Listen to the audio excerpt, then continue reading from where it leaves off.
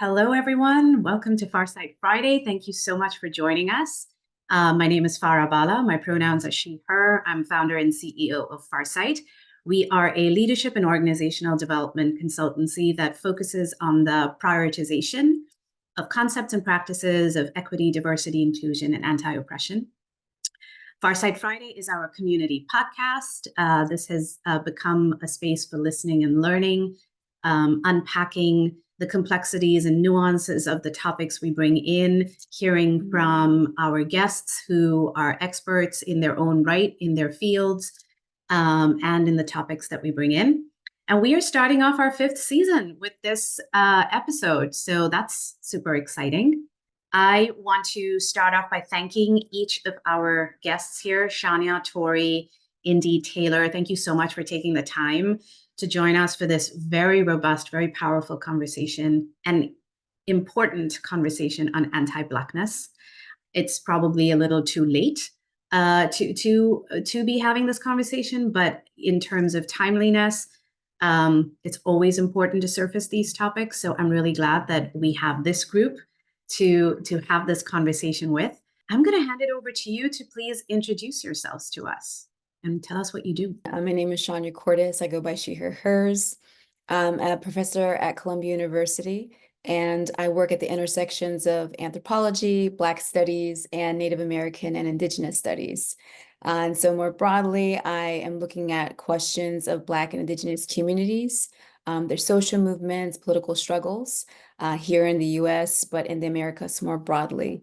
And I also am a writer, I'm a poet, and so those works also explore similar themes of Blackness and indigeneity. And so I'm really happy to be in conversation with everyone. I'm Tori Jackson. I'm an artist, activist.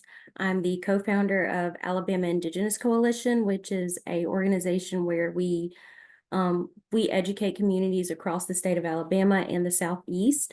And we try to kind of dismantle whitewashed Native and Black Native history. And I am also on the SDEC. I am the first person to hold the position of the vice chair on the Native American Caucus, first Black Native and first Native without tribal membership.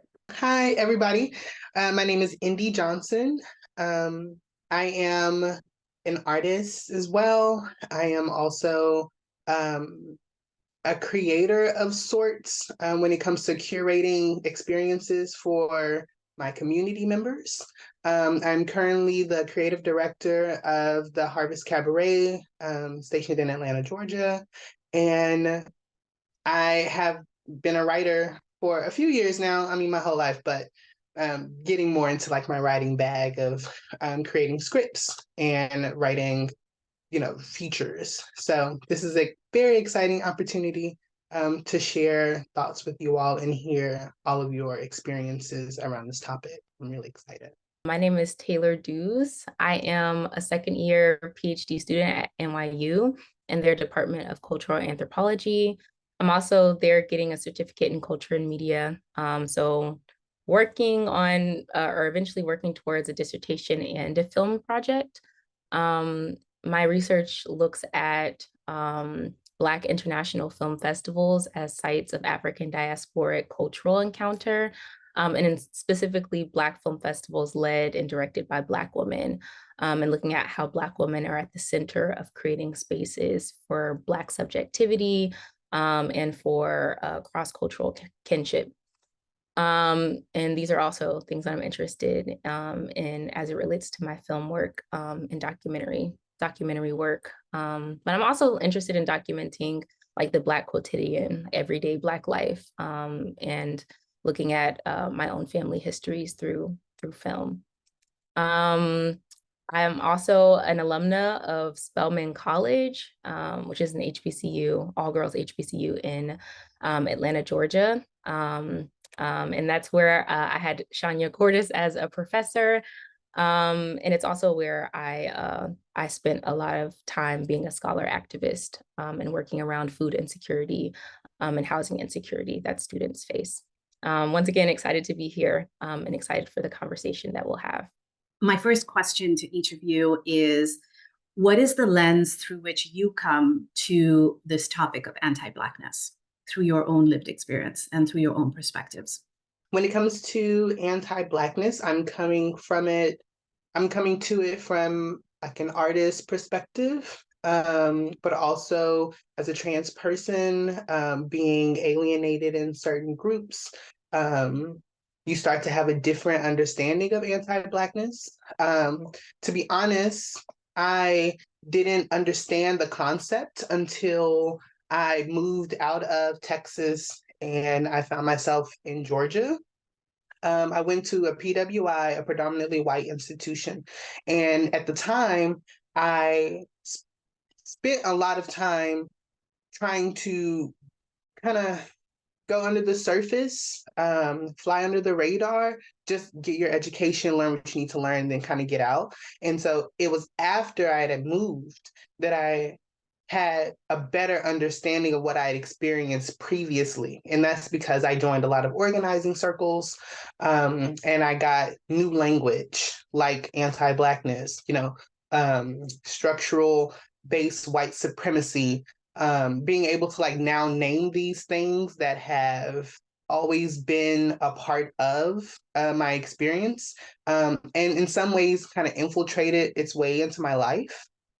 And then in some other ways, I had already internalized. Anti-Blackness for me is one of those things that I do feel I have internalized it in some ways. I think just about everybody has, because it is made as an infection. It is something that is symptomatic of the greater white supremacist network that plagues the globe. It's not just America. Especially when you think about colonization and what it meant to give up your own culture and then be forced into someone else's culture, and then that becomes the dominating culture, but then that dominating culture is at the precipice of violence and harm most of the time. And so my understanding of anti-Blackness as an artist has been narratives create art, or narratives influence life. It's always like, is it life creating art, or is it art imitating life? And they are like simpatico, right? So what we see and what we experience on the daily, what we consume as media, has an influence on our psyche, has an influence on the way we see ourselves, has an influence on the way we see other people, and then dictates behavior when it comes to interacting with other demographics beyond Black people.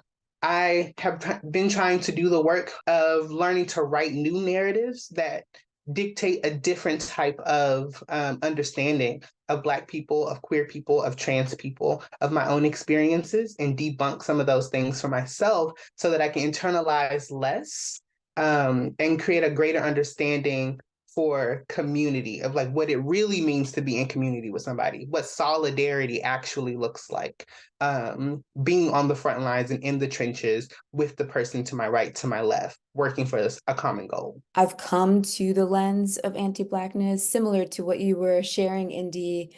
I didn't necessarily have the language or the vocabulary. And so through a kind of sequence of events that through my kind of embodied experiences as a Black and Indigenous Warolokona woman, coupling that with my journey through academia, right? My journey to the dissertation, my journey to PhD. I had no idea what research was. I'm a first generation college student, and so I'm learning all this new vocabulary to describe my experiences and to describe the world.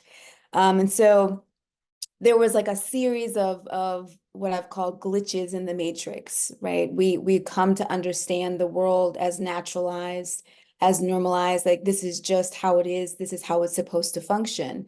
And there's these moments where you get to kind of peel back and see what are some of the underlying practices and logics that animate our world, right? And so for me, it was definitely grad school. It was definitely those experiences of realizing that the knowledges that my communities have as Black and Indigenous peoples were not included in the canon, right? They were not included in the canon of anthropology, and often had to have these kind of peripheral fields of studies of Black studies and Native Indigenous studies, but never seen as central to how we understand and produce knowledge.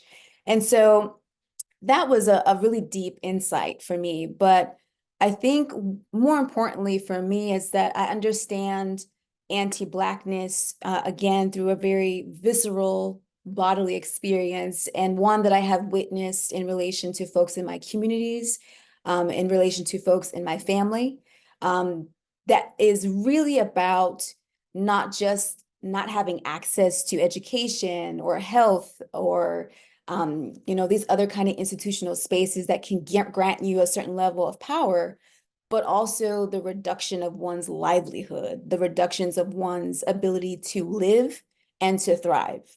And so we can talk more about this. I think it's really important to reiterate that anti-Blackness is a global formation, right?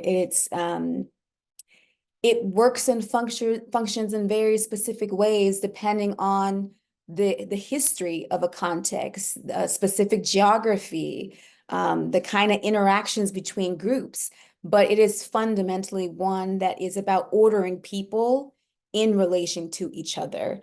And there's something about anti-Blackness in particular as a form of violence that also can work as a form of currency, to which non-Black folk are also able to have conditional forms of access to, institutional spaces, power, what have you. But again, it's conditional. It's premised on another form of violence. And so kind of coming through these series of moments and realizing I want to bring together these genealogies of Black and Indigenous thought to really problematize and center anti-Blackness. And we can delve into that a little bit more deeply as to why I want to center anti-Blackness instead of whiteness or white supremacy as we move through the conversation. But that's my entry, my foray into this lens of anti-Blackness.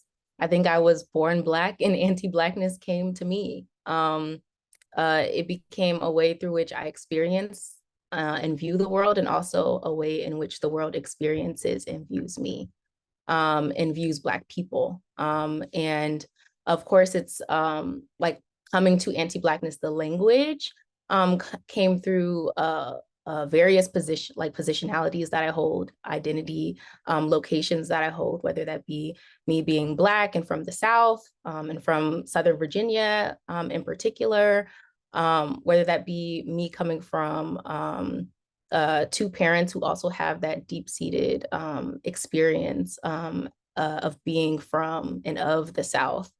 It comes from having experiences like Indy articulated in predominantly white spaces that were where I experienced very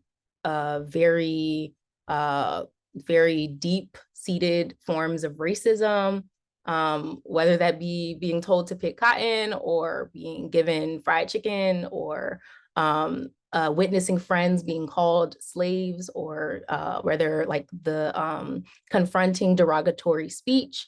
All of those things have colored my experience, my intimate experience, as Shanya says, with anti-Blackness. And of course, I would say that I've always been like a rebellious child. I mean, I noticed anti-Blackness and immediately, like in middle school, I was like, anti-Blackness is worst enemy.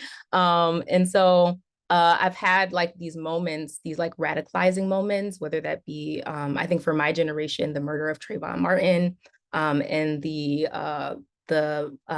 like quote unquote high profile murders that that followed, but then also the small ones, the ones that were local, the ones that hit home as in it was my family, or the ones that were my friends or my neighbor or my church member, the ones that didn't get widespread news attention. And then I went to Spelman, and I got the language to this radicalism that I felt like within me, in this language like of anti-Blackness. And of course now I'm in graduate school now, and there is this this compulsion to intellectualize the experience of anti-Blackness, to name it anti-Blackness, which has its utility and its use. And it also sometimes allows for us to remove it from ourselves, or to create it into like, or to hold it in a vacuum or in a bubble as a thing that we theorize about, or that we hold in abstraction. And I think lately, as I've been like kind of seeped in this like academic environment, I want everyone to bring it back to the ground. Anti-Blackness is something that everyone holds, and that everyone enacts. And so it's not an abstraction. It is an intimate part of how Black people experience the world and how the world experiences Black people. And it's within the fabric of all societies across the globe. And so I think that like holding that intimacy with anti-Blackness has been very important to me, especially as I and those who I love experience the violences of anti-Blackness in real time, especially in these academic environments, which have done all this intellectualizing around it, and yet still perpetuate it and reify it. But don't name that, or don't hold accountability for that. And that's across different spaces that we hold anti-Blackness. We know what it is, we know how to define it, we hold it in abstraction, but we aren't accountable for the ways in which we reproduce it in our daily lives. And so that's how I'm coming to this discussion of anti-Blackness. But me as a Black woman, I was predetermined by anti-Blackness. The lens from which I come from is from a Black Native American standpoint, but also a mixed standpoint. And I say that because my family is mixed with a lot of different races, but we're mostly Black and Native American, specifically Muskogean. And growing up Black Native American was very, very strange. In the middle of Alabama, being in the South, I'm also coming from a Southern standpoint as well. But there was no fitting in completely. It was, you were either Black or white, and there was no in between. I grew up in a space where we were not allowed to be anything except for Black on paper, which is the complete opposite of what we're supposed to, what we're supposed to prove now. We're supposed to have that paperwork that says that we were Black and something else. From a Native American standpoint, you're supposed to have that paperwork now, and it doesn't make any sense at all. We were raised outside of a reservation also from that standpoint. I think we're still dealing with the results of the one drop rule. We can see that on some of those documents that I'm talking about. I'm having to deal with it today, literally from a medical standpoint, of having to fight just to put my correct race on medical records. But all of these experiences of being discriminated against, it came from, honestly, and I know that this is probably going to be a little bit controversial today, but I really wanted to include anti-Blackness within the Black community as well. So I experienced a lot of that growing up. What I'm talking about is anti-Blackness within the Black community is some of the experiences that I had as a child. Just for anyone who doesn't know on this call, it was not legal in the state of Alabama for anyone to marry outside of their race until like the year 2000. That's within all of our lifetimes. So we were actively dealing with the legality of that, like my family was, and just some of the experiences that we had on the school bus, and the school bus especially. I just remember being a small child, and all I had to do was step on the bus, and it was, we hate you because you're mixed. We hate you because your grandma is fairer skinned.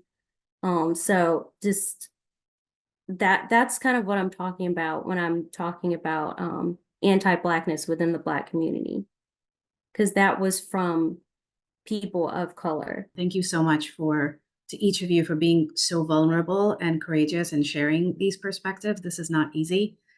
This is so intrinsically personal and lived experience, and violent in all of its ways in which it has shown up and continues to. Can we pull on a few intersectional threads? I think Tori already taking us down this path. Indy, you've spoken about it a little bit in terms of the various identities you hold. I'd love to hear your perspective on the intersectional nuances to anti-Blackness that make it specific in each arena. There's many ways to come at this, right? I think to go on what you were saying earlier, Taylor, that anti-Blackness is not a monolith, right? That it's not just this abstraction. It's inflected with race, right? Of course, it's inflected with gender. It's inflected with these notions of sexuality, right? And it shows up very differently for Black queer folk, Black trans folk, right? So it lands on the body differently, and it's gonna play out differently for folks. I think for me, if there's one thing that I think is important that I would love for folks to take away is anti-Blackness is not a descriptive term. So what I mean by that is I think sometimes we use, and we've increasingly been using anti-Blackness as a language to describe racism more broadly. I think we lose quite a bit when we do that. So we use it or anti-Blackness as this kind of dominant framework for thinking about a form or a sense of racism that kind of permeates everyone's experiences in this kind of equitable way. What I want to kind of push us to think more broadly about, and this is coming from the work of quite a bit of folks, and I'm happy to put the resources in the chat, thinking about folks like Saidiya Hartman, I'm thinking about folks like Frank Wilderson, Jared Sexton. There's quite a bit of folks who have written about the specificity of anti-Blackness that, of course, maps onto the bodies of Black folks and Black lives, but also encompasses everyone in its wake, right? Everyone's imbricated in anti-Blackness. And so when we understand anti-Blackness as something that is foundational pillar to how we understand what we now call the US. And I say what we now call the US because we can't understand anti-Blackness without also talking about Indigenous conquest. And we can't talk about anti-Blackness without talking about Indigenous erasure in real time. And this is what allows for things like what, Tori, what you're referencing of folks that kind of encounter the intersections of Black and Native lives and histories and genealogies in ways that is as if it's a shock or a surprise that is occurring or happening, right? But to think about anti-Blackness, to get to what I was saying, is something that is a structural antagonism, structural, foundational to how we understand this nation. And we can talk about it as a global formation, but I want to bring it back to the ground here in the US context to understand that slavery wasn't something that was just a historical period in time or a historical stain that we have to redeem ourselves for, that we have to account for, and then we can move forward. If we accept that anti-Blackness is something that's built into the fabric of what we now know as the US, and then structures all of our social relationships to each other, we then ask a different set of questions.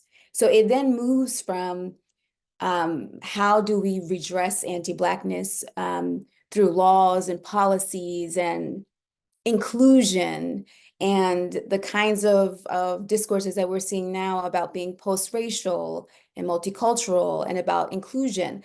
Those things can only take us so far, right?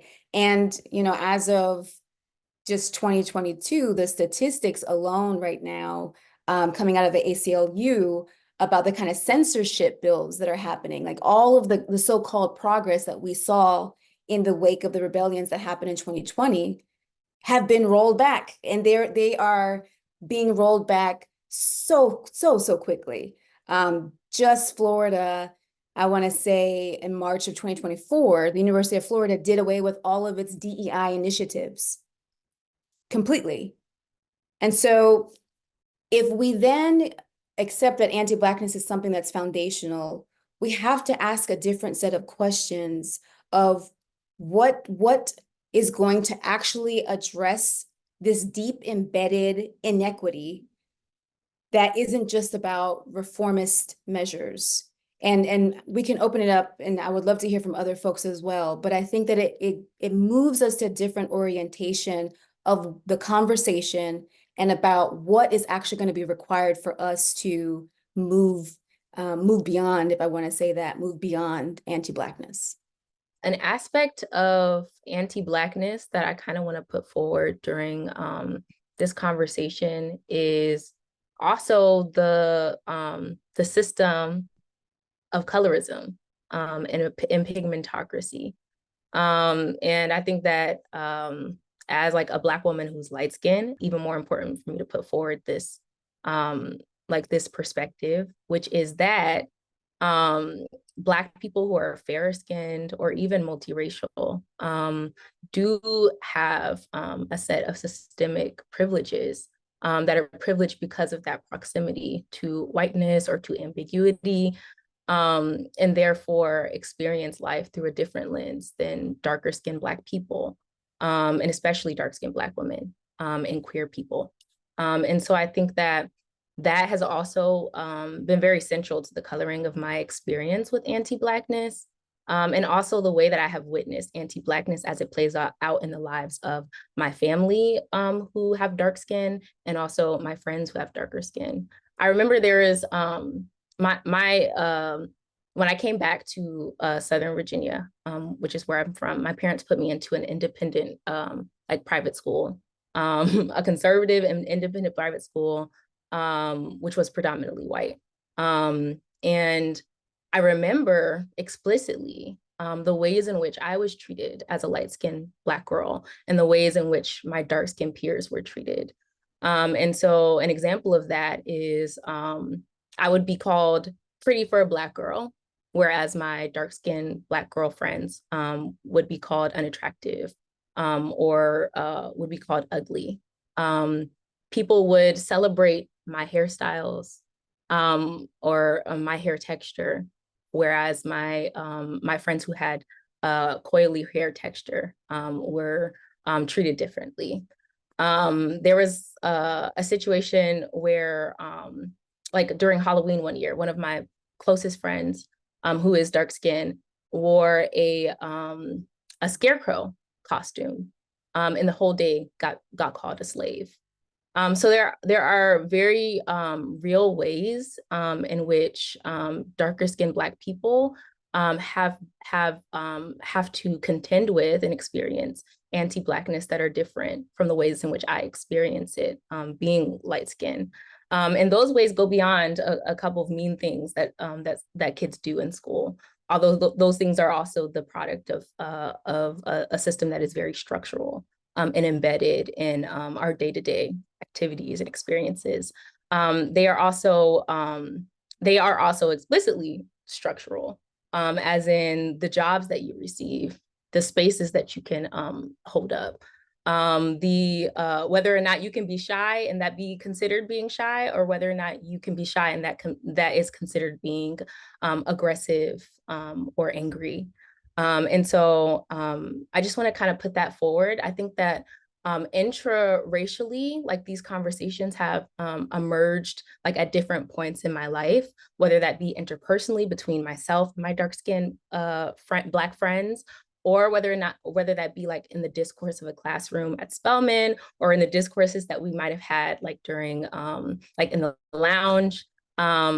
One final example, while I was at Spelman, there was a senior, and whenever a senior does their thesis project, usually they're probably doing it like within the context of Spelman and Spelman students. So there might be an email sent out that requests like interview participants or volunteers.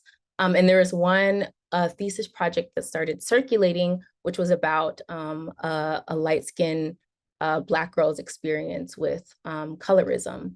And the thing about this thing called anti-Blackness and also this thing called colorism in particular, colorism is a systemic thing, which means that all the things that I just described about how my dark-skinned Black girlfriends were treated versus how I'm treated, the way that they were treated was structural, whereas the way that I was treated in the times that I was being excluded, or maybe like one of my friends just called me Wonder Bread. Me is like, I laughed that off. And that didn't have, and although some people do have very like deep-seated pains with isolation and feeling isolated from community, which is very valid. And I do want to remain sensitive to. But those like picking on me and those instances did not compare to what I heard and I felt from my dark-skinned Black girlfriends. It was not structural. It didn't mean that I couldn't get a job. It didn't mean that my life choices were different. And in this case, there was all this discourse emerging out of this project where a light-skinned Black woman was saying that she faced colorism.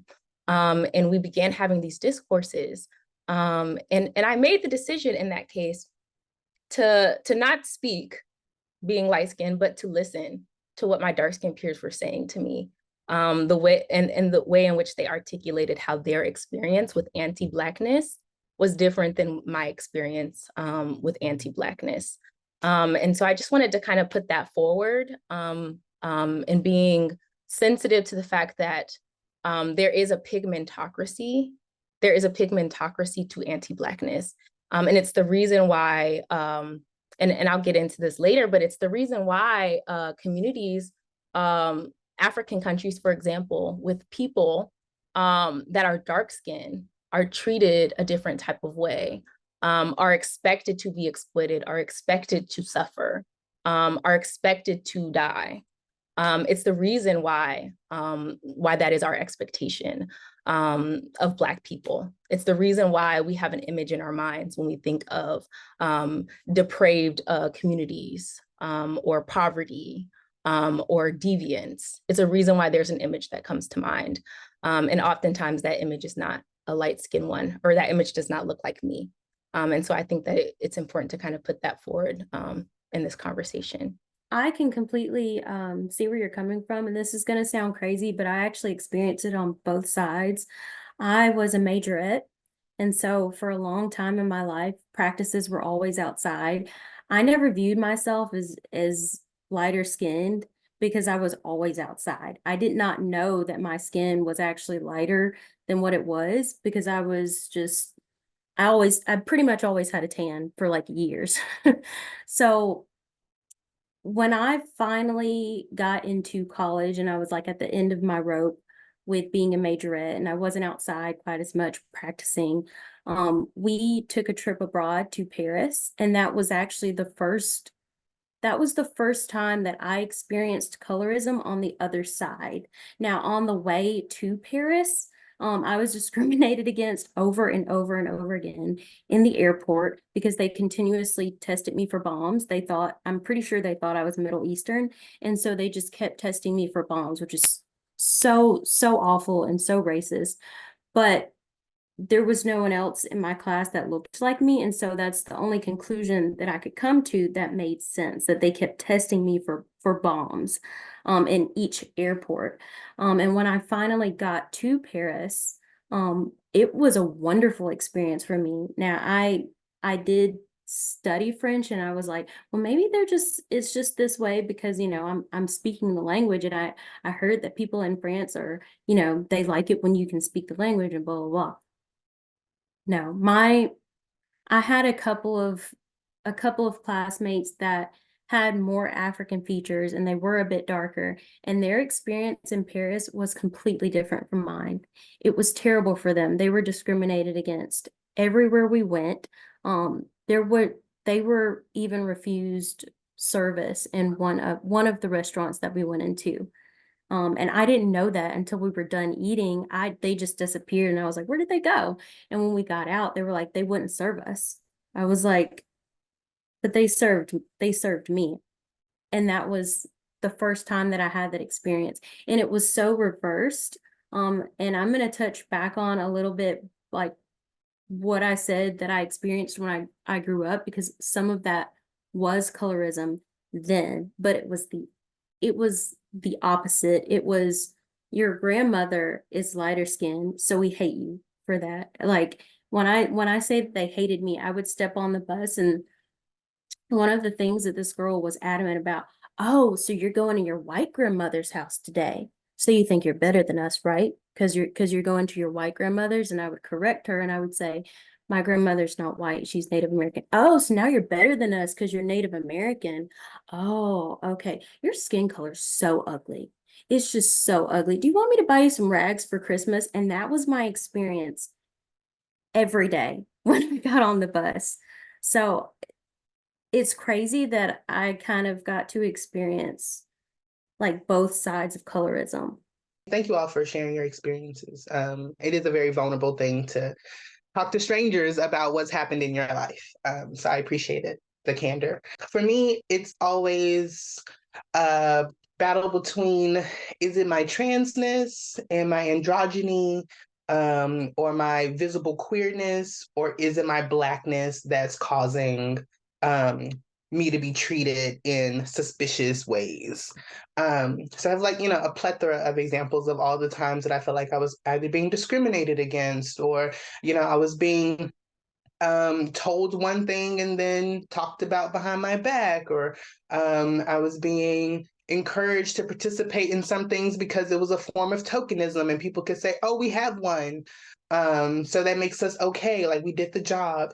One thing I will say, and just because we brought up the topic of colorism, even when I think about the panel right now, like we're all, in my opinion, like on the lighter side of being Black. We don't have like any very like dark skinned people. My sister is a dark skinned woman, absolutely beautiful. Her nickname was Beautiful growing up, because she was just beautiful. And I talked to her about colorism one day, and we had like a real heart to heart, because I've always been considered like the lighter person in the family. And her experience was way different than what I had perceived from the outside looking in. Because to me, she's always just been this beautiful woman. That's it. But she was treated by other people as if she wasn't beautiful, as if she was some type of pariah sometimes, as if she, didn't have the same, self-worth of everyone else being on the planet simply because we are here and we exist. And they were basing it on skin color. Which is absurd. And so for my own, I do my best to like listen more than I talk. Even as a trans person, I know we like, come in and like fill up the space and all the things. But if everybody would listen more than we talk, then we would discover more, I feel. Listen to the experiences of people who are different than yours, people who you actually thought were the same as yours, and listen to the nuances of how those experiences have changed their life, and created their own stories. So one of the things that I wrote down, which is similar to this colorism thing, the anti-Blackness, but also how it is a symptom of America, white supremacy. I put it in really lamest terms. So I said, anti-Blackness is a symptom of the larger infection of America. White people have convincing other demographics that they are inherently better than everyone else, and then bullying those folk into submission using religion, terror, and fear tactics, including violence, sexual assault, to assert that dominance, then realizing that they still need other people regardless, but still want to feel superior. So then they tell people that the closer they are to whiteness, then they become better than Black people or people who are darker complected or melanated, whatever you want to call it. And for me, that's something that I've experienced regardless of the transness, right? Regardless of my queer identity. But the queer identity on top of that makes a weird kind of amalgamation of stress, because I can only sometimes it feels like I have to compartmentalize parts of myself. Like in this space, you can only be Black. That looks like maybe dressing a little more masculine. That looks like trying to fit into the status quo a little bit better so you don't ruffle anybody's feathers. That looks like trying to look the part when you go for a job interview, right? And then on the flip end of that, when I find myself in spaces that are supposed to be queer-centered, but not necessarily Black-centered, then the transness or the queerness is the thing that becomes super important, right? So now that's where you get tokenism at, right? That's where it starts to feel like people are making space, but it's because they have like some weird form of guilt around what they've been told trans people are supposed to be. And now we're trying to like actively move in a different direction, which is a good thing. However, the application is oftentimes really shitty and very inconsiderate. And so I find myself having to contend with, okay, can I be trans? Can I be Black? Can I be Black and trans and queer? Can I be from the South? Like, how much of myself can I bring into a room and it be okay? What parts do I have to leave out to make other people feel more comfortable? I've gotten to a place in my life now where I will be myself, period. I am the person who sits at the intersection of all the things that I like, and I am the person who also sits at the intersection of all the shit that I don't like. So I know what I do fuck with, and I know what I don't. And excuse my language, but cursing is one of the things that I really like. And so I had to like realize for myself that these things are not and will never be one more important than the other. They are simpatico. You know, all of my identities intersect to create the me that is here now. I am okay and worthy of being alive simply because I am alive and I exist and I am here. That doesn't make me any better than the next person, but also doesn't make me any worse than the next person. You know, we all have choices at the end of the day.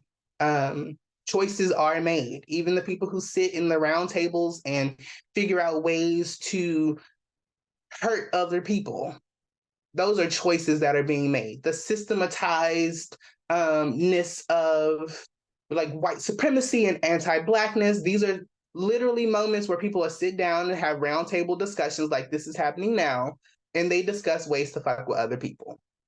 They're making those choices. It comes through in legislation, it comes through in laws, it comes through in, you know, gang affiliation within the police departments. But these are all choices that individuals, humans, are making on a daily basis to either affect somebody's life for the positive or for the negative. And so I always want to encourage everybody to live in your intersections. My problem is most of us do not fit into any of the categories that exist. We don't, because we are a mix of all the things. But there are certain groups of people, i.e. white supremacists, who are then taking that information and essentially trying to convince people or indoctrinate us into believing that we have to section off ourselves in order to be treated fairly in society. But this society was never created foundationally, like Shanya said, foundationally to treat everybody equally, to treat everybody with equity. That is not what America was for. That is not why it was built. That is not how it was built. And so until we can like also get away from that idea that, oh, it's, you know, land of the free, American dream. That is what it is. It is a dream. It is something that they sell you. It is a bill of goods. But I will also say this. Absolutely everything on this planet that is conceptually created by humans is made up. It is imaginary. Somebody thought of it and then convinced enough people to get behind the idea to bring it into fruition. You can call it manifestation, you can call it structural awareness, you can call it whatever you want, but it is all made up. It came out of somebody's brain. And then they either forced it on somebody else or they indoctrinated other people like children into the system to make it sustainable for it to continue to like live a life of its own. Therefore, since everything is made up, we can make up something else. We can choose something else. We can create something else. We can make a different choice. But it comes down to everybody, especially parents, and I'll talk about that a little later on. But it comes down to everybody on an individual level to make a choice for themselves, to use that autonomy that they do have because they are alive and they do exist, to do different. What is the unlearning we all need to do on an individual, collective, systemic level to redress this insidious nature of anti-Blackness? How do we center in a way where, call it equity, call it inclusion, call it whatever, how do we center the Black experience for what it is, not what one wants it to be, or what one has prescribed it to be for a whole other community's set of comfort? The biggest thing is redressing anti-Blackness requires that we contend with losing something. There's no way to redress anti-Blackness and to keep the very order of things that we currently have and sustain it, prop it up, patch it, like we can't do those things simultaneously. So I think on an individual level, it requires folks to really interrogate and think deeply about what are the unconscious and overt forms that they benefit from anti-Blackness. Because in some way, shape, or form, it is a currency. It allows you something. And because it allows you something, you're going to hold on to it. You're going to make it your sense of identity. You're going to make it, this is who I am. And so when we're talking about undoing the thing that makes you who you think you are, you're going to think you're dying. You're going to think the world as you know it is imploding. And in a sense it is, because what is it? What is your world premised on? What is your world premised on? And so I think, on an individual level, it's that type of interrogation, it's that type of critical reflection. It requires, doing deep work. It requires reading. It requires engaging Black and Indigenous thought without requiring Black and Indigenous folks to perform additional labor to teach you. There's a whole archive of knowledge production that folks who have been on the receiving end of anti-Blackness have produced. And we are now in a world where folks are actively trying to erase that archive. And I can't reiterate this enough, but they're actively targeting spaces of education, of spaces where we hold up as this kind of bastion of critical thought, as the site in which we get to interrogate things through a lens of curiosity and innovation and all these things that we proclaim that we want those spaces to be. And yet they are the very site in which all of those things are being undone. All those things are being censored or erased in the classroom space. And so for me, I always feel the classroom space is a transformative space. And so as an educator, as someone who has taught at Spelman as a HBCU and someone who has taught at a PWI, primary white institution, there is magic that can happen in a classroom space when you are co-creating and you are pushing yourself to imagine something outside of the bounds of what you've been socialized to accept as the norm. And it scares me, and it should scare everyone, that this level of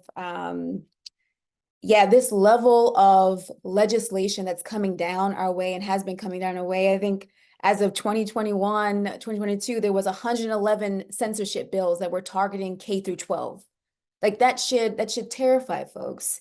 It means that the sites in which we produce knowledge, the sites where we interrogate so much, are the very sites that folks are really exerting power right now to make sure that we maintain a status quo. And so again, at the level of the individual, we have some deep work to do, but also on a structural level, it means that we have to lose some things. It means that some things are not worth holding on to. What do you do with like this kind of saver mentality? Or, what is something that you could do with taking action to kind of dismantle it for yourself? So this is what I came up with, and this is layman terms, right? So I said, kill your savior mentality. Save yourself. That's the thing. So that means you gotta like work on the bullshit, right? On the inside of yourself. And then with people who have helped you identify that. So it's one thing to be aware of it. It's another thing to be able to act on it. It's another thing to put it into application. But you have to have people who are going to hold you accountable. And then you have to be uncomfortable, but getting comfortable with the fact that you're uncomfortable being held accountable for doing things or exhibiting behaviors or saying things that are obviously anti-Black, or things that are kind of moving us in the opposite direction when we're trying to get to a place of like actual unity, actual solidarity. But not necessarily getting Black people to do the extra work for you, right? So because educational institutions exist, you don't need to have your hand held by your Black friend that makes you like, okay, because you have a Black friend who some of us are willing to teach, right? Some of us are willing to have those conversations with people who are not in the community in the same way, who have varying experiences to hold that work. However, it is not the onus of Black people to teach people to not treat us so shitty. Because if you actually look at it, if we lead by example, Black people have been the most accepting group on the planet. We have accepted everybody, right? And often gotten a lot of criticism and erasure for it because people take things, but they rarely give things back. And so I also said, stop lying to yourself and saying that you don't participate in the anti-Blackness, in the white supremacy, in the racism, in the structural systems. Watching is participation. And to be a bystander when you see injustice is to be complicit in the bullshit, which is the white supremacy, which is why it continues to be perpetuated, right? I'd also say speak truth to power, right? Kind of what we're doing right now. Have the hard conversations that feel icky sometimes. We can't forever, and America's known for like, we'll just dust it under the rug, and then if we ignore it long enough, it'll just go away. But it doesn't go away. It festers like a wound, like an infection. Things get worse. It becomes more deep-seated. And it rots down to the root, right? To the root of the thing. America is comfortable for white people and for people who happen to be white. Okay, so you have to consider being willing to be uncomfortable. Amanda Seales, in my opinion, said it best. There are white people, right? So these are your alt-right folk, your lefted, your super right far, your KKK members, into the police department, all that kind of stuff. And then you have people who happen to be white, who understand where they are in the world, understand the privilege that they have, understand white fragility, understand white tears, understand the idea that America was actually built on the backs of a whole nother demographic of people that they now profit from generations and generations and generations later, and then have decided that, oh, that really was messed up. We should do something else. But if you are white, if you happen to be white, it is of benefit to you. That is what we have to admit. It is a benefit to you. And then it starts to trickle over into the colorism conversation, because the closer you are to whiteness, the more privileges you seem to have, the better you seem to be treated, the more people respect you, seemingly. Consideration goes a long way. At least it does for me. And what I've noticed is Black people are taught, especially Black women, to consider everybody else before themselves. And it would be very nice to be considered, period, by other people. An example, and then I'll stop talking. I have a really close friend who I love. She's amazing. But we did have a little tiff in our friendship towards the beginning, because we went all to a burlesque show. When we're going to see a good time.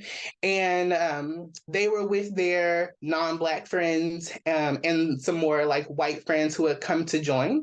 And then myself and my Black friend, we were also there, right? So we kind of bought our tickets separate. And somehow they got a table, and it was reserved for them, and there was only enough space for all the light-skinned people and all the non-Black people to sit at the table. So me and my Black friend went and sat in the back, and we watched the show as best as we could. And then in the moments where the other people who had joined decided that they didn't want to see the show anymore, they were leaving, and the seats became available, then my friend was like, hey, the seats are free now, come on over and sit and watch the show now. And my exact reaction was like, no, forget that. we're going to sit here, we're going to watch the rest of the show, and then once the show ends, me and my Black friend are going to go mind our own business. But then later I had to sit down and have a conversation with that friend to be like, this is why I felt inconsiderate. Because anytime that we have gone out specifically, even if you brought people that I wasn't even aware were coming to the function, I made sure I could do whatever was in my power that we could all sit together. It was that simple. We could all sit together. We can all enjoy the show together. We can all be in space together. But when it came to, or what it looked like was having these other fair-skinned folk around, all of a sudden your Black friends kind of get cast to the wayside. And then only when they decide to leave or they have something else better to do that you decide, oh, okay, well, let me like bring over the other people who were supposed to be here in this thing from the beginning as well. And it's just simply inconsiderate. They weren't raised the same way though. And I had to understand that too. You know, I was raised very much, you leave with the same people that you came with. You check on all of your friends to make sure that they are good. You know, there's a certain level that I've seen Black mothers give to their children when it comes to looking out for their own. I was also raised in a very patchworked family. I call this like the X family because everybody kind of got last names. But that is because my mother has two sisters who are not of blood, but blood couldn't make them any closer, right? So they end up raising all of their children together. So now I have cousins who we don't share a blood relation, but those are my cousins and they will go to bat for me and I will go to bat for them. You know what I'm saying? One phone call, everybody showing up at the door. That is important, right? And not a lot of people, and I had to come to realize, have experienced something like that to the extent of you look out for those who look out for you, right? And in the Black community, we do have this very, very heavy like division of like who is supposed to be important and who is not supposed to be important. Who are you supposed to give your time and attention to? As opposed to being in these blended situations, which you find in a lot of queer communities, you find in a lot of like adoptive families and such, where you're looking out for the people because they are humans. They are other human beings and they need other people to be in their corner, if that makes sense. I guess I'll kind of answer in a similar way that Toni Morrison did when asked this question, which is that when it comes to anti-Blackness, racism, specifically in the American context, that's an issue for white people to figure out. It's an issue that was, anti-Blackness is a construction of the white imaginary. White supremacy, another construction of the white imaginary, which is enacted through systems and institutions that are extremely violent to Black people. And I think that oftentimes in like diversity and inclusion settings, in academic settings and professional settings, the question is posed, okay, well, Black people, what are we going to do about anti-Blackness? And for me, of course, there are moves and strides and movement work that Black people do and have done and continue to do in the interest of our survival and endurance against anti-Blackness, of course. And that will remain until we see liberation. But in terms of like the spaces where white people are asking us or non-Black people are asking us, well, what can we do to fix this? I think that is something that you should figure out how to do. And I think that you should do so consulting the resources at your disposal, the articles and the books and the publications that Black people work so hard to put forward, the other like source material that Black people spend time and energy in creating and putting forward into the world about anti-Blackness, to use those resources in order to figure out how to solve this issue that you created. And I think that, yeah, I think that more people need to take up that goal, specifically in the academic space, which is the space that I'm coming from. And like in anthropology, which has like a hugely colonial history, a lot of white people are interested in studying Black and Indigenous cultures. are very invested in understanding Black people and Black life, Indigenous people, Indigenous life. And yet I'm like, where's the white studies at? That's the question I ask. Like, who is trying to figure out the complexities of whiteness, how it exists and how it purports itself? I think over like a couple of days ago, I went to one of the professors that I TA for consulted on this play that just came out in New York at the Public Theater called The Ally. And just hearing the name, I was already like super skeptical. It's also discussing the genocide against Palestinians, and it's written, I don't know the identity location of the author, but it also considers Jewish identity and the politics of Jewishness and whiteness, white supremacy, anti-Blackness, and then also Palestinian liberation movements. And so going into it, I was very skeptical. I'm like, what is this gonna give? But it was actually like a through the genre and the medium of a play, which also I was concerned about, because how sensitive can a play be to this moment? But through the medium of a play, like I would posit that this play was a study on whiteness. And it was very interesting to watch, because I don't think people do it often enough. We don't know the like I really don't, I'm not very up on like the thought processes of white people. And white people also are very seldom honest about their anti-Blackness and about their the ways in which they've been socialized, and the ideology of white supremacy that they actively participate in and enact. Even if there are people who happen to be white, I think that there is still an active way in which white liberals and progressives engage in anti-Blackness.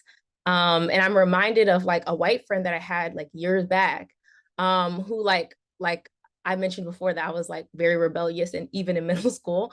And I was going at it all like constantly, very much. People used to call me Angela Davis. And this white friend was kind of like going along the journey with me. And so I was like, I don't know if we could describe ourselves as intellectual, like friends of the mind, because I don't know how reciprocal it was. but I was rubbing off on her. And one day she said, now that I think about it, I really think like that Black people are inferior. Like when people mention Black people, or when I think about it, like I actually, like I don't think that Black people are smarter than white people. I don't think that white people, that Black people are the norm. Like I think whiteness is the norm, and that that normative idea in my mind is in direct opposition or in contrast to Blackness as a state of being. And of course, those are in my words, but that moment just kind of illuminated, like she just told me this and it kind of illuminated for me, like white people know and Black people know that if they were to wake up tomorrow Black, that they wouldn't be jumping for that opportunity. I mean, do they want to participate in Black culture and Black expressions and AAVE? Sure, but to hold the condition and the state of being Black, I don't think anybody wants that, or wants to deal with the social repercussions of that. And so I think that white people and non-Black people are aware to a degree of their intuitive anti-Blackness. And yet, because of the stigmas around being called anti-Black or being called racist, or perhaps like the moral, the morality of being otherwise, doesn't allow for people to admit, like I'm anti-Black. So going off of what Indy was saying before, like admitting, like hi, my name is such and such, and I am anti-Black. And I think that if we got there, we could move forward, because like it's also strenuous for Black people to have to consistently remind people this is anti-Black, this is anti-Black. And to constantly get that pushback of like, everything's not about race, everything's not anti-Black, everything's not racist, or everything's not about Black people. I think that if we were to accept the fact that the fabric of our society globally is structured and defined by anti-Blackness and pigmentocracy. And I think that if we get there, we could get further. But yeah, I think that white people need to figure out the solution using the many resources at their disposal that Black people have put forward. I think a lot of it would just come from listening.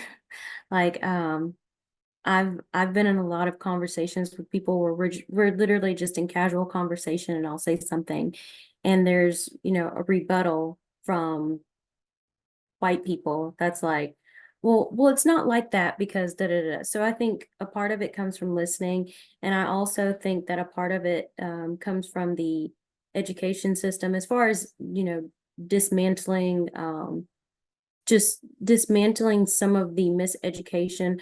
But how do we do that? Like, that's one of the things that we're trying to figure out within my own organization, is how do we do that? How do we attack the education system to where we can fix some of these things that are in the school books? But it comes from a state level, and the state level gets it from the federal level.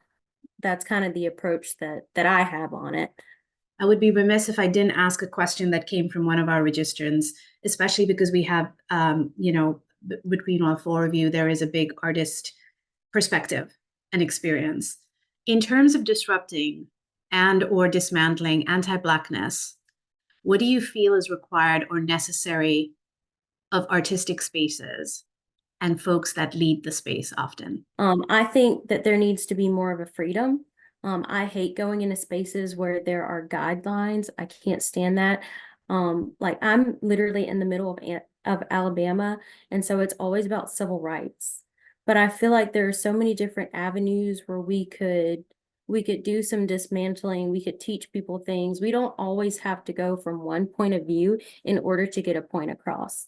I think just giving artists the space to be an artist is a huge part of it.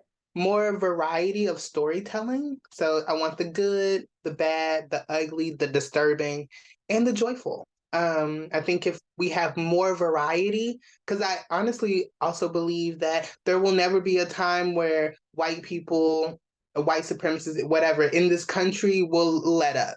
That they built it for a certain way, they want that. And money is used as this gateway to keep certain folk out of certain spaces or make sure certain stories don't get told. So if we just had a larger variety from Black creatives, from people of color who are just creating their things, then there would be just more representation as a whole, from trans people, from, you know, I just need more of it. The white centered stories are not going to stop. I'm also not asking for them to stop. You know what I'm saying? I just want more of something else, you know, more options to learn from, think about, get into, find a new perspective. And the last thing I would say is people of color, both in front of the camera, in front of the stage, whatever you want to call it, behind the camera, funding the project also, because it allows us to hold on to our creative power, right? And anytime Black people have created something that was worth keeping, there have been folk who come and try to step on our sandcastles, okay? So I really would like to hold on to the creative power that we have, because then you option these scripts, right? These stories, these books, and then it gets revised, it gets edited, it gets put through a white lens, it gets filtered, it gets whitewashed sometimes, including in the educational system.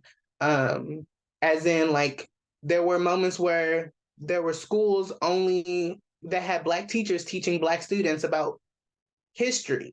You know what I'm saying? So when those things got defunded, we got integrated and all those kinds of things. Now we're learning white history, whitewashed history specifically. You know what I'm saying? So we need to hold on to the power that we have. And unfortunately, money is a tool to do that. I do think that there is certain art that's just like I kind of just want to watch such and such because I just want to chill today, or like I need a moment of reprieve and escapism, and so I'm watching this not to make a political statement but to rest. So I do think that and engage in that actively participate in that. But I think that there's also a level of rigor that I need from artists and from consumers when it comes to the politics of anti-Blackness, or when it comes to using art and movement work towards a liberatory future. And so by that, I mean, the art that we produce and put out into the world should be handled with meticulousness, handled with care. It shouldn't be a first draft like Tyler Perry's new movie, what's it called, Mia's Culpa or something. Like that didn't even go through the writer's room like 3 times. Like it didn't even go through writer's room twice. But so there, I use that example to say, like, I need a level of rigor and meticulousness and study and research when it comes to producing and putting forward a piece of art. So I think that art should be the product of deep consideration of spiritual practices, intellectual practices, love work, like intersecting and creating art to put forward, art that is radical, or that art is that is a part of a radical tradition and lineage. So that studying, like the music that we put forward, if we're saying that we're an R&B artist, like you should have studied many genres, many artists, many musicians to get to the product that you're putting forward. So that's what I mean by a level of rigor. Then I think there should be also a level of rigor on the part of the consumer. So us as consumers of art and consumers of media, whether that be music, film, television, contemporary art, visual art, whatever the case may be, I think that there should also be a level of rigor on our part. What kind of media are we giving our attention? What are we looking like? Are we looking at the art that we're viewing with a critical eye? Are we coming to the art with a knowledge of its lineages, with a knowledge of the artist's like identity position, or a knowledge of what the artist is trying to put forward? And I think that if we have these 2 levels of rigor, and also a communication and a collaboration between artists and the people in the audience to that art, because when we think about like art intersecting with radical movements, I mean, the Black musical tradition alone has been deeply intertwined with radical movements, with the civil rights movement, with the Black Panther Party movement, or the Black Power movement of the 80s, whether that be the Harlem Renaissance. And it's also always been in conversation with academic spaces, like with other like mediums and spaces within like Black thought production and Black cultural production. So I think that there needs to be also a communication and a collaboration across like these areas and like these locations. Because like I was saying before, artistic movement has always coincided with the movements that are happening on the ground. And I think that in our contemporary world, we kind of get away from that at times, to where I think like the most like the example that's to the front of my mind is during the movement work during 2020 that was incited by the many police killings, including George Floyd and Breonna Taylor, and Beyonce releases Black Parade. And I just remember movement leaders on the ground commenting like, this didn't hit like Nina Simone. This didn't hit like the Coltrane's. Like it didn't hit like the artists that were producing work during like radical movements that were happening on the ground. And you could see that there was a clear like relationship between the art and the movements, because the artists were also participating in movement.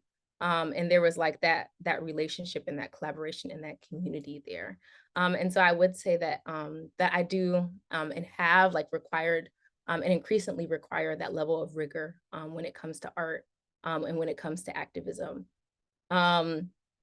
But I do want to like end on the note that like sometimes I come home and I'm not trying to watch like I'm not trying to watch like a pondering on race and gender and class and imperialism, and sometimes I want to put on Love is Blind, and that's real too. And there are many things to observe about all the structures that we've mentioned in those things too. But sometimes I do want to click it off, and Black people deserve that as well. So I wanted to end on that note. And I hope that no one takes this the wrong way when I say it, but I think a huge part of it also is to, from an artist standpoint, give the Black agenda like a rest, as in like forcing us to do a certain thing. In Native art, we don't just paint the Trail of Tears over and over and over again. You know what I mean?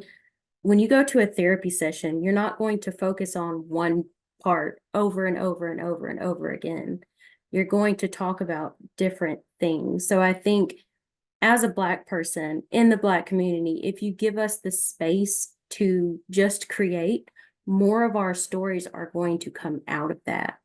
If we just kind of walk away with this notion that what we have been doing, which is representation matters, right? Which is falls flat every time. And because there's particular forms of tropes and narratives, as you're saying, Tori, as well, that kind of get reiterated again and again and again, and then constrain and confine what Blackness can be. And so I think moving beyond that, allowing folks the imagination, the full scope of imagination to think about, write about, dream about our stories that cannot just be reduced to anti-Blackness. And so that's one thing that I think that I really want to reiterate, is that while I think that it's important to center anti-Blackness, the violences, the way that it happens in overt and implicit ways, mundane ways, right? Black life is not reducible to anti-Black violence, and it's not reducible to the kind of distorted fantasies that are projected onto us. And so I think if we move from that space, we can really imagine the full capaciousness, the full expansiveness of Blackness to emerge.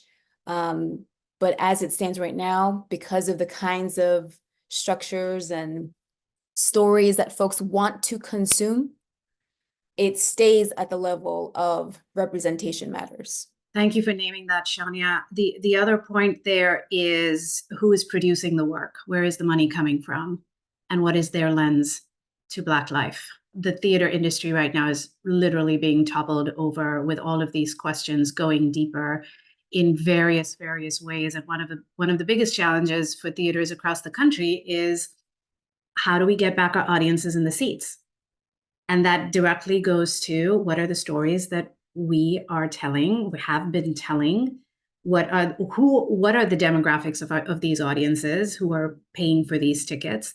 So it's very interwoven in order to give this freedom, this radical rigor to artists to express themselves, to Black artists to express themselves. The other side of interrogation must be drawn to, where is the funding coming from? Who is sitting in those seats? What are they being asked of? What are they asking for? And what is the unlearning that needs to happen there?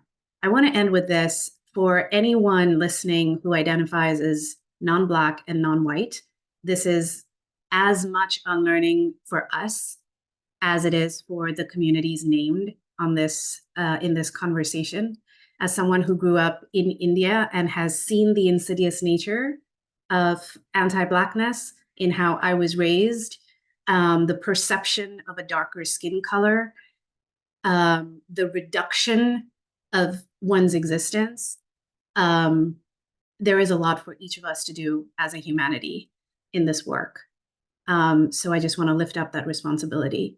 My goodness, Indy, Taylor, Tori, Shanya, thank you. Just deep gratitude for sharing of yourselves in the most complex, nuanced, vulnerable ways.